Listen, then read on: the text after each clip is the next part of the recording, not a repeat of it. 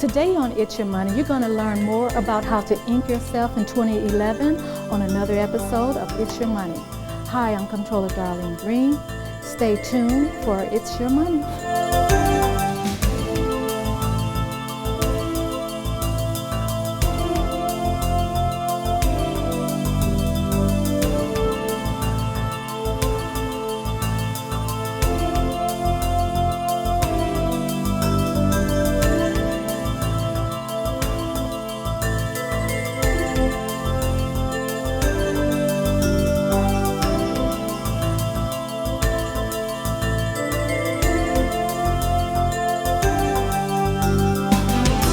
This edition of It's Your Money, Part 2 of Ink Yourself in 2011, continues with how to do business with the City of St. Louis and higher education institutions. Reinvent myself.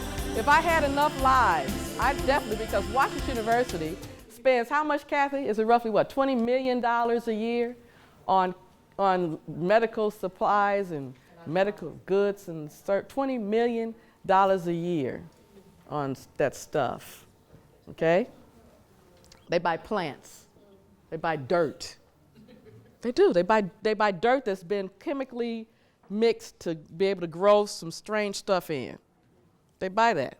How hard? Give me some dirt. Tell me what to put in it. I got you, right? So, BioBelt's just one industry. But I got to tell you about it because that's what leads you to WashU. So click on WashU. Washington University is... We know WashU as an educational institution. I know WashU as a huge consumer. They spend $600 million a year buying goods and services. $600 million. $100 million of that, roughly, is construction. And that's what a lot of people currently are in. When we do have diversity at WashU in our spending, it's in construction. And that's still even not where it should be. But there, we have had success there in terms of some minority and women-owned firms that have built some pretty nice facilities on WashU's campus. But we still have a long way to go there, too. It's still not a minority-owned general contractor that has built a building like that $296 million building I just said, because that would be huge. That was S.M. Wilson. It's no secret his name is on the sign. S.M. Wilson built that facility. Would you love to have had that contract? $296 million to do the construction management of the biomedical research facility. Okay, but where we have had very little success at WashU, which is why I'm here, because it's my job to increase that, and they pay me for that partially, is on the non-construction side. Because when you start talking about the things that WashU buys that are not construction, they depend on me to bring them diverse companies in these other areas. And if the companies don't exist, then they say, okay, I guess there's nothing we can do. And we've been saying that for, 13 years? There's nothing we can do in that area. There's nothing we can do. Finally, I ought to say, you know what? Let's put these secrets out for the world to see. So click on that secret button. If this is the WashU site, if you go to Washington University and you click on purchasing, and if you want, you can just probably go Washington University purchasing, and then it'll come up too. This is not secret. This is out there. They put it out. They just never tell nobody, so you don't know. This is actually a site that WashU maintains, and if you click on author, I want them to see preferred suppliers. WashU has suppliers, and part of what I'm showing you is that as you begin to ink yourself, you want to start just educating yourself before you jump. Before you just jump and say, I know what I'm going to do. I'm going to open up a restaurant. I'm going to take all of my savings and do that. And then I come and tell you about something else, and you go, doggone it. I want you to know to look at all the possibilities and determine which one will get you where you're trying to get to, and it fits you. So these are all the companies that currently have a contract with WashU. And what I use this for as an inked person is to find out what they buy. Because I'm like, gosh, they got contracts for this stuff, right? And they even show you who they're currently buying it from. How good is that, right? If you were in marketing research like I used to be, it used to take a lot to find that out. They're saying, I currently buy this from this company. That gives you an example, a profile of. That's the kind of company I would need to look like if I want to sell them that stuff. But don't dismay if some of them are huge. For example, you'll see that they rent cars from Enterprise Rent-A-Car, right? Well, don't try to come and blow out Enterprise Rent-A-Car. But in order for Enterprise Rent-A-Car to service them, what are all the subsets of that, right? Doesn't somebody have to change the oil on those cars? Don't somebody have to pressure wash those cars? Don't they have to buy auto parts? Don't they have to get serviced? I mean, there's all the pieces that have to do with Enterprise supplying them with the cars. That leads you to say, that's a possibility. And I'm just throwing out possibilities right now because I'm going to tell you how you can find out exactly what your fit is. How many of you all have heard of Worldwide Technology?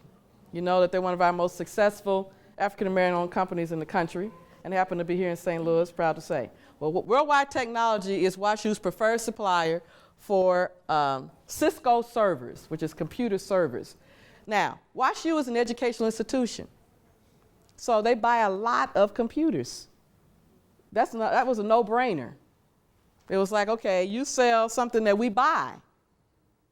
And part of it is that as opposed to starting a business or inking yourself and then deciding kind of in a silo, here's what I want to do, here's what I want to do. And then now I'm going to try to go and call WashU and force it in there, right? Why wouldn't you start the other way? What do you buy? And then I'll go backwards, right? That's what I'm trying to share with you. Here they just tell you his contract is up in 2012. We spend millions with him. Okay, but that's the only non-construction area. I have a few others. We have a preferred supplier program, but then because WashU does have something called a supplier diversity initiative. That's actually what I maintain at WashU. If you click on diversity, they actually tell you the companies that they have found who happen to be minority owned, who do have preferred supply contracts. So you can see who those are. I want all of them to stay.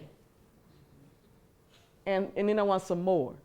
So don't do the same thing. But in other words, I don't want, I'll go to a fair and someone will come up to me and say, hey, I hear you're at WashU and you can help me get in. And I'll say, oh, great, what do you have? And they says, well, I supply janitorial supplies. I'll say, great business, but get in line. We got like 20 people ahead of you. I'm like, man, but if you had talked to me, I could have told you that nobody's selling us, pencils, but you didn't talk to me first. Pharmaceuticals, so printing, and some of these you'd be surprised. Printing, you would think to say, gosh, how hard is that to provide printing services to Washington University? An educational institution, I don't know how much you all spend, but gosh, they spend a lot. And we actually have multiple printers because one printer couldn't handle it, WashU, because they want the business cards like by 6:30. So that's an example there. So let's show them my other secret for the day, which is a city. What does a city buy?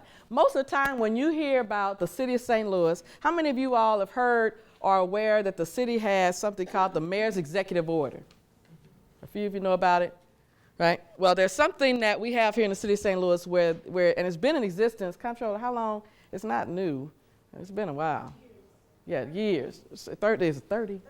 Okay. Well, there's an executive order where that the city expects whoever has a contract with the city, if they are the prime company and they themselves are not minority or woman-owned, then they are required to spend a certain percent of their contract, and there's 25% with minority-owned firms and 5% with a woman-owned firm. Number one, you have to be certified as such, and that's why you have to know how to get that first, right?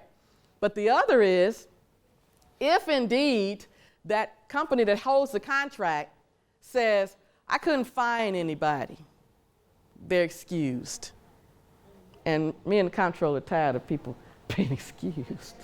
I've been in meetings where I look and I say, wow, there was nobody that knew that you were looking for somebody to sell you, I don't know, what's the salt that you put? Pressure washing supply. So now, it's not just knowing, it's positioning yourself. These are not small customers. This is big customers. So you may be fine doing a business, so you may do well with me, but then all of a sudden to transition over to selling to the city or to sell to WashU means you got to position yourself. You got to do it on purpose. You know, they don't pay ahead of time. WashU pays in 60 days. We actually have a 10-day pay policy. WashU has a very good payment policy for firms that have a contract. But you have to be positioned. But if you go to the city's website that they share with me, so as you know how to find out about them, and it's the City of St. Louis Supply Division. What a lot of people don't realize is the supplies for the City of St. Louis, or whatever the city needs to operate, are purchased by something called the Supply Division.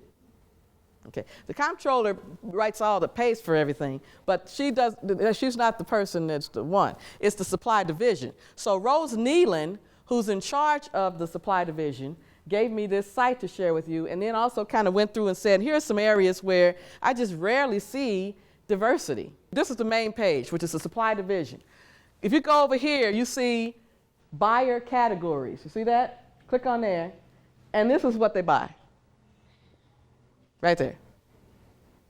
I just gave it away. I could have held it and maybe had some probably give me. But anyway, and that's okay.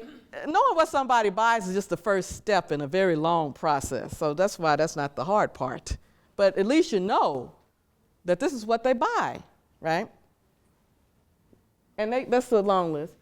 And this is who the buyer is. So each one, and their phone number, right? So as an inked person, I wouldn't start the business and then call them.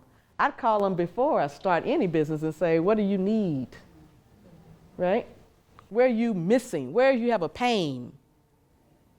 Because a business owner solves problems.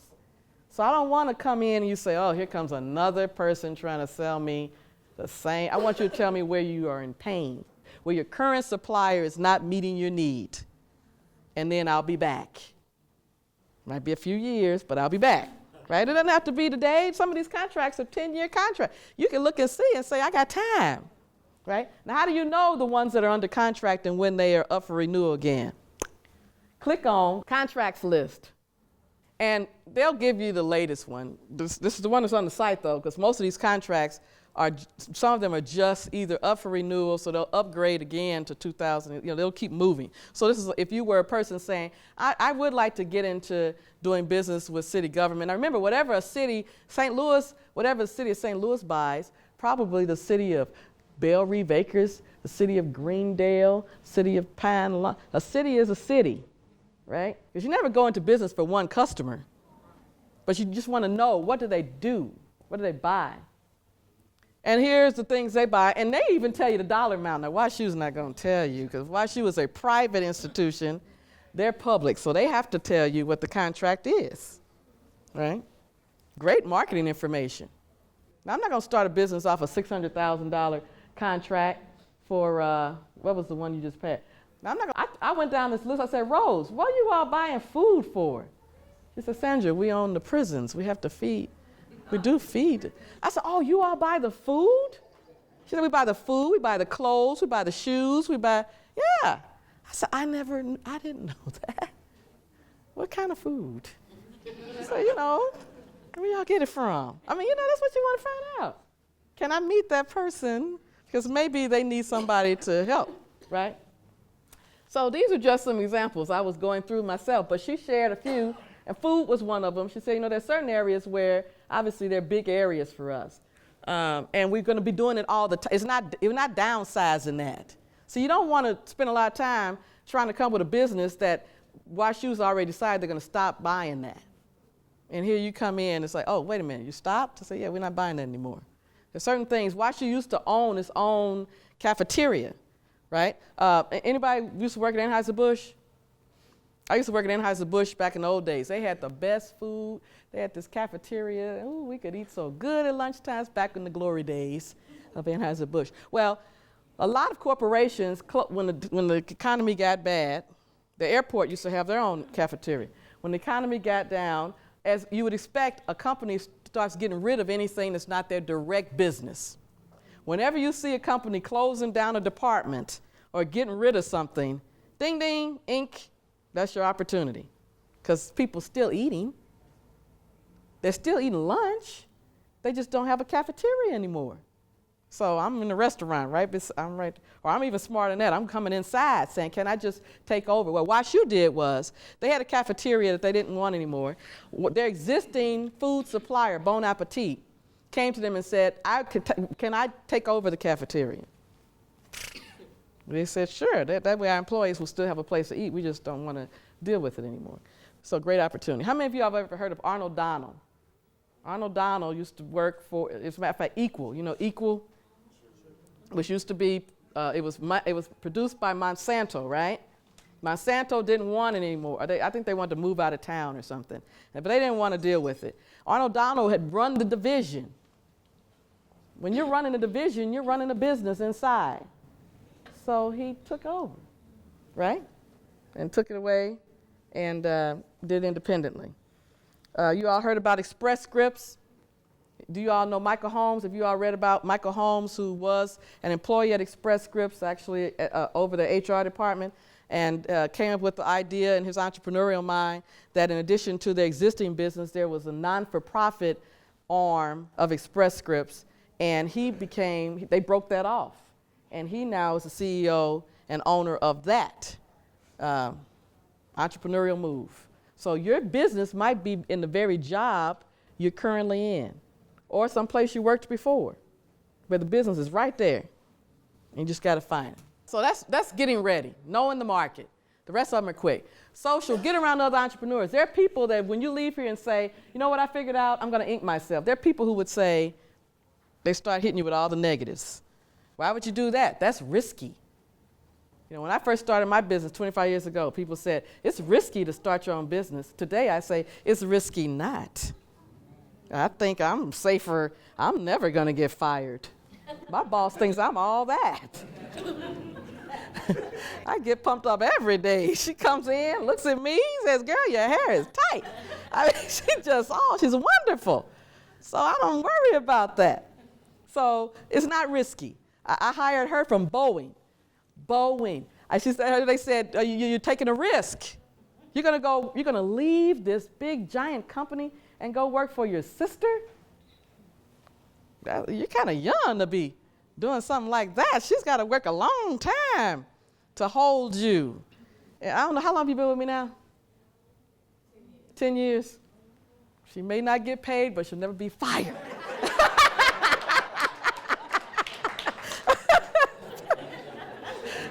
I always tell her she's the best thing ever. IT professional, one of the best. Authors, one of the best salespeople. I didn't hire you away from anybody. You just left. That's right. But anyway, get around other people. Support system. Some of the organizations are here, but there are all kind of, in St. Louis, when you decide to ink, there's an organization for everything. We have it all here. That's why I don't understand why we're not just jumping all over. There's not one little grouping that we don't have here already, where you could get with that group. But most of the time, people don't know. I used to work for the Small Business Development Center. That's where I started. Free help. And I was the only African-American consultant at the time, and I'd be calling people, come on over here. You can talk to me for free. I was like, they didn't know. It still exists. Free, they help you. Again, most of these things help you after you decide. Now, they're not going to, when you come in, which is the reason why we're doing what we're doing today. Normally, when you come into these places, they typically want you to have already, they're not going to sit up here and tell you what to go into. They tell you, figure you already did all that. And now I'm going to take you to the next level. So if you want to know what to go into, that's when you talk to me, and I'll tell you about that. Seek guidance. Now, I'm a spiritual person, but at the end of the day, I cannot sit here and point to you and say, you should go into medical supplies. And if I say that, don't just do it, because who am I? You have to know who you are, and you have to know what you're good at, and you have to know where you are in your stage in life. What are you trying to accomplish? I don't know all that. So people would call me. People still do. They'll call me at WashU and say, I hear you're the supplier diversity consultant for WashU. What does WashU buy? Tell me what business to go into. I said, I could rattle them off all day and be wrong, because that's not how you do it. You got to spend some time, okay? And this is not a job for the weak at heart. This is not some easy get-rich scheme where I can say, start a business. It's so much smoother. You know, you don't have to work as much. You never stop working. It's constant. You are the business. You are the thing. So you never stop. You know, the number one skill of an entrepreneur that all of you must possess, if you're inked, is sales.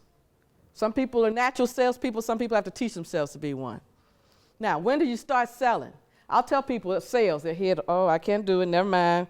Oh, no, I'm a numbers person. I don't like selling. I'll say, oh, stop. Most of us have been selling all our lives. I want that candy. If I cry, they bring it to me. Cry, candy. Cry, candy.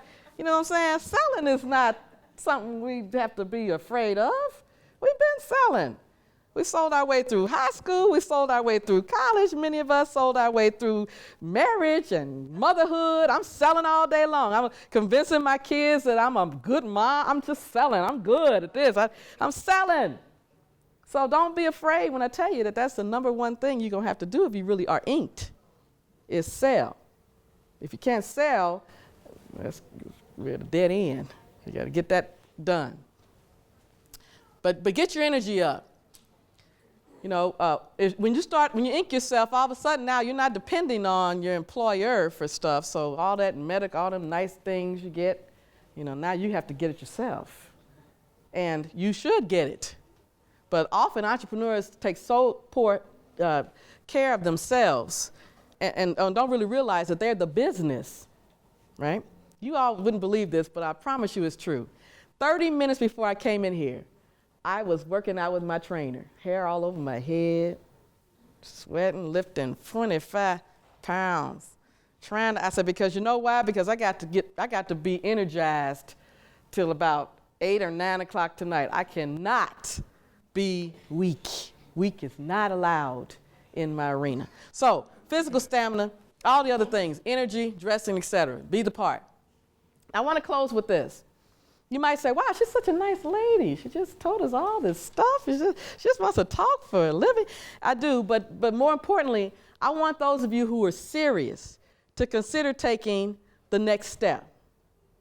Because there's what I asked and committed to the Comptroller and to PNC Bank and to the community college was, I said, we've got to expose, what I say to you, Anisha, I want to expose 2,000 people this year to this, what I just did, which, you know, I hope it was valuable to you. I hope you learned a few things. But I want to go to the churches. I want to go everywhere, right? I said, but then I want the ones who are really serious to say, I want to go ahead now and take the next step. If you do, because I do a workshop for a living.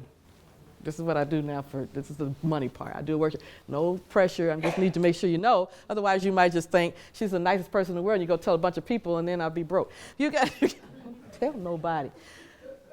I do a workshop, and there's information out there about it. If you're ready and you're serious, I hope some of you are. If you're not, I'll be here. But don't take too long, because this is 2011 and we already missed the snow day. So don't let the snow and the spring get you to October and you're going, I'm still not inked. And here I go into another year. The reason we think we had a big demand is because some people decided that whatever was going on in 2010 is not going to keep going on in 2011. Something's going to be different. So hopefully that's you. If so, I do a workshop, one-day workshop here at the community college. They've been gracious enough that we're going to have it here in one of the facilities. It's a Saturday, because I'm trying to reach people who probably that's the only time they can do it. And it's what I call pep talk. And what it is before you do a business plan and show up at PNC or show up at WashU or Justin, any place else, you need to do a personal entrepreneurial plan. That's what PEP means, which is where I coach you through what business is right for you. Who do you know right now? And who do you need to know that you don't know? And I need to help you know them. In other words, there's a plan. So that you don't just jump out there. You have a plan to first be positioned, and then when you jump with all the pieces. Much better than the way I jumped. I just had a baby and jumped. I didn't want to work no more. So I want you to Arthur Porter's going to be out there with that information. And the people who've taken my PEP, just this next slide and it's the end, they leave liberated. I hope you leave liberated even leaving here. It's nothing better than the feeling of realizing that you really could totally take control of your income. You can. I've been doing it for 25 years. Whatever money I've made, it was me making it. Whatever that was. $1 or 100,000. I did it with blessings and mercy. But I saw it.